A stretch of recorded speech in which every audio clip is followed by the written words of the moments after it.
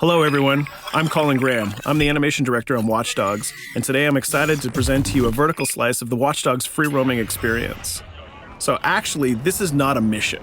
Everything we're going to showcase today is completely systemic, and we're free to do as we please. We start off in the wards, the low-income district of our interpretation of Chicago. When creating the world of Watch Dogs, we wanted to stay true to the city and give a unique flavor to each and every neighborhood, not only in terms of the architecture, but also in terms of the people that you'll encounter and what is happening in their day-to-day lives.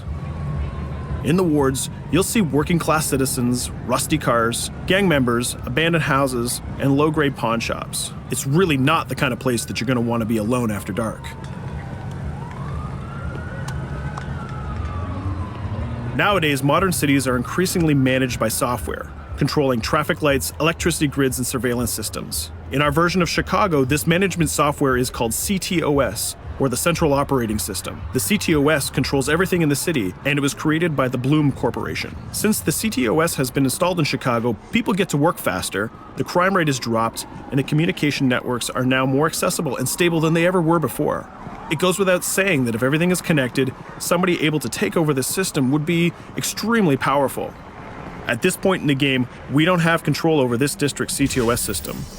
The icons that you see over people's head mean that we cannot hack into their mobile devices at the moment. We need to find the CTOS control center, install a backdoor virus into the system to take control over all of the infrastructure in this district. There it is, the CTOS control center.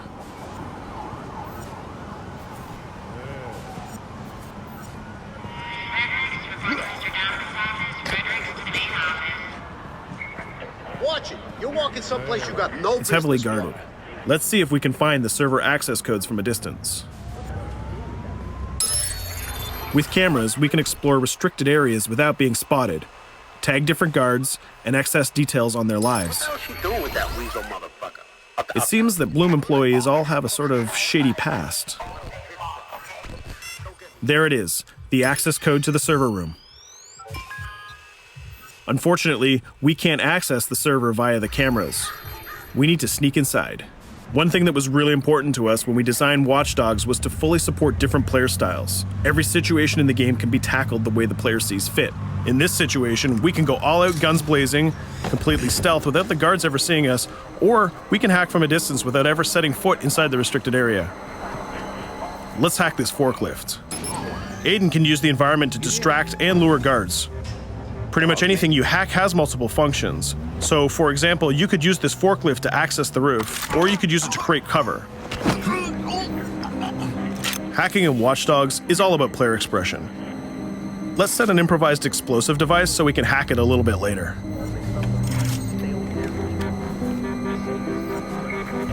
You'll also notice Aiden's low-profile stance. This indicates when the guards are unaware of our presence. We'll try to reach the upper level of the building to see if we can gain a vantage point over our opponents. Everything in the environment can be hacked, so we're going to make some dynamic cover. That's how you spend a day off. Some quality beat. We'll use this forklift to lure the guard towards our IED that we set earlier. Let's see how this plan unfolds. You're working them on.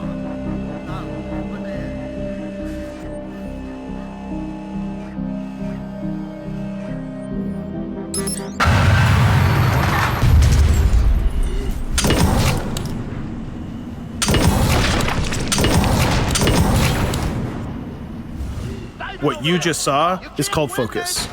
It represents Aiden's analysis capabilities and his quick reflexes. This gives the player more time to combine core game mechanics together, such as shooting, hacking, and driving, in order to handle more complicated situations.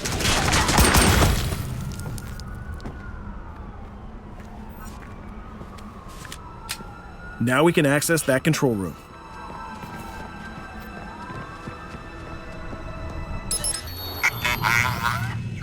Drop 2, 5.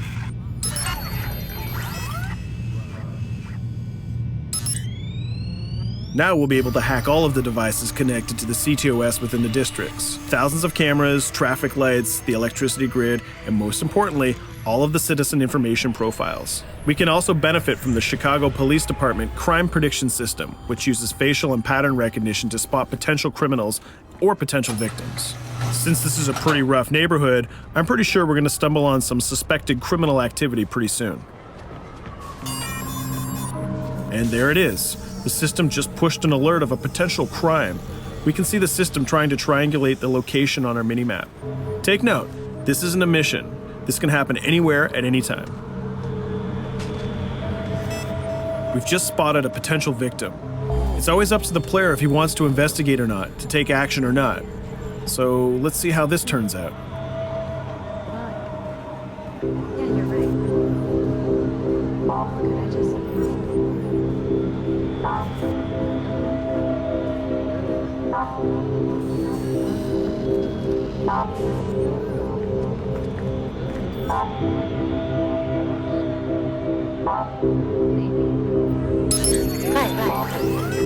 You think you're leaving me? Huh? Jesus, I told you to stay away from me! You belong to me now. Get it? You better leave or I'll call the cops! I'll fucking kill you, goddammit. Get off! Yo! That was close. Good thing that we intervened. We managed to prevent the crime, but we triggered a chase. From here, the criminal's behavior is unpredictable. He can try to get away, shoot back at us, surrender, or call for backup.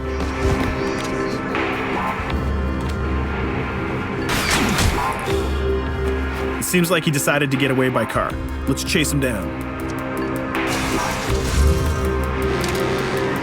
In Watch Dogs, we have a wide variety of vehicles.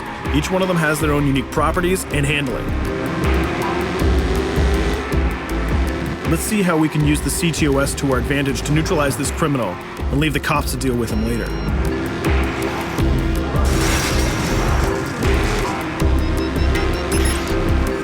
The chase stops right here. Using the blockers usually reserved for the cops during interventions, we managed to stop this criminal without killing him. This gives us a reputation bonus. This system is at the core of the Watch Dogs experience. Depending on how we handle different situations in the game, the media and the citizens will have a different perception of our hero, whether he is a true vigilante or a reckless criminal. This will have repercussions throughout the game. Now, let's head for the Loop, the historical district of Chicago, where you're going to find the most iconic buildings in the city.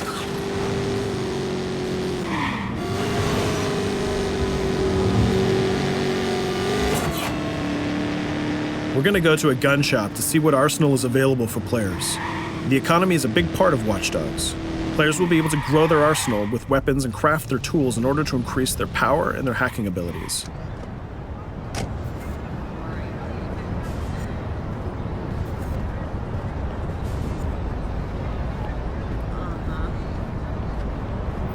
No, it's okay. Yeah. You will find all of the weapons that you would expect in a traditional shooter. Pistols, assault rifles, guns, sniper rifles, and grenade launchers, just to name a few. A lot of bullets were fired in our last encounter with the CTOS guards. Let's stock up on some more ammo. Finding everything.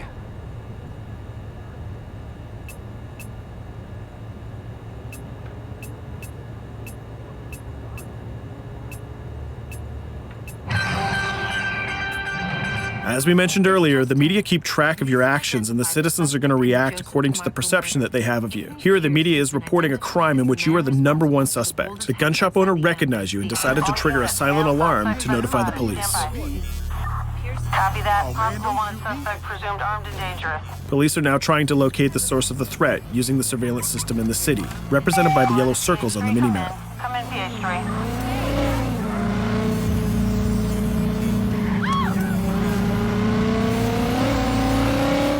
Aiden is able to stall their efforts by hacking into their communication systems while avoiding the scanning areas.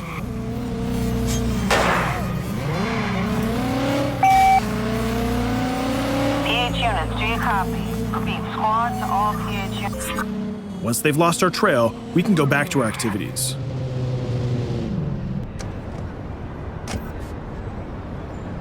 One thing that Bloom did to win over the population of Chicago with the CTOS project was to install free Wi-Fi hotspots throughout the city. Free Wi-Fi is cool, but not very safe with someone like Aiden Pierce around. Hacking into this box is going to give us access to every device that's connected to it. So let's see where that brings us.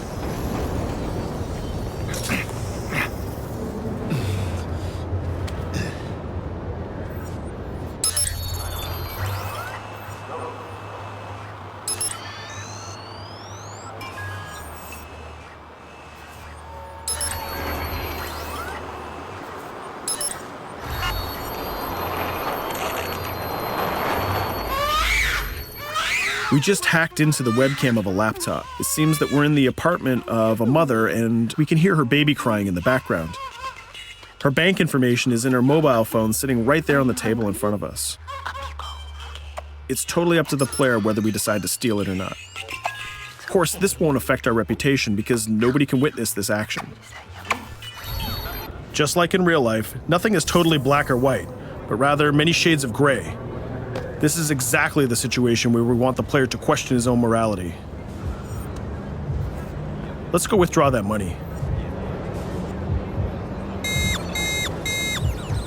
If you think that you're alone, think again. Aiden is not the only hacker in town. Someone's trying to install a backdoor virus on Aiden's phone in order to steal a portion of the information that he's gathered through the game so far. First, we're gonna have to reach the area where the signal is coming from.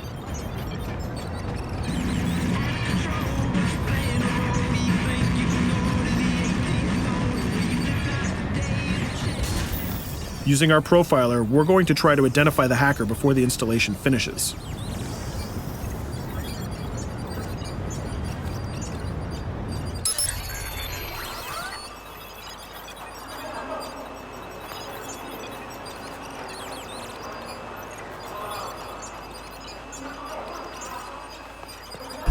There he is.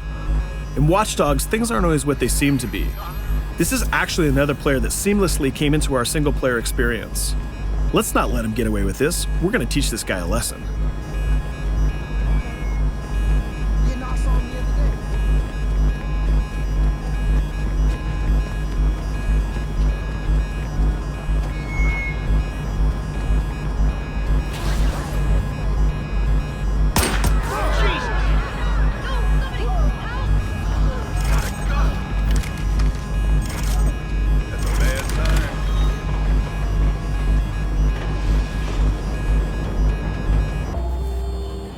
We stopped the hack, but the hacker managed to get away.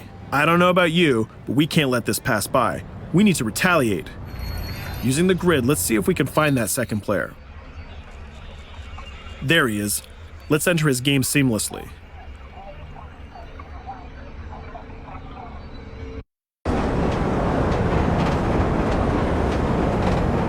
The second player is not yet aware of our presence. If we act carefully, he might think that we're one of the many NPCs in the city.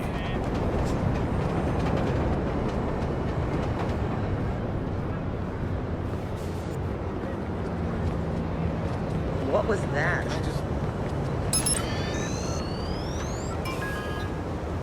So let's find a place to hide and start hacking. What's going on?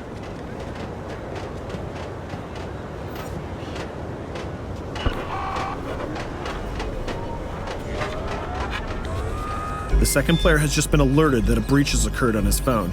He's trying to find us using his profiler.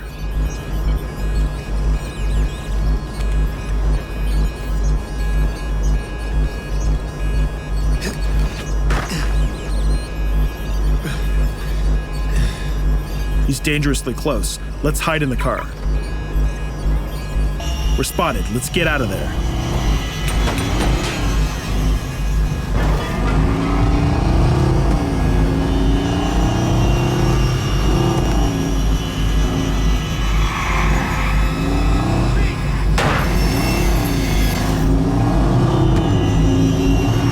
Let's set up an ambush right here. By dragging the other player back here into the alley, we make sure that no civilians get hurt during the firefight. We didn't succeed in hacking the second player, but we did get a little bit of revenge. So that's what we have time for today. We hope you enjoyed our quick gameplay session. Stay tuned for more about Watch Dogs.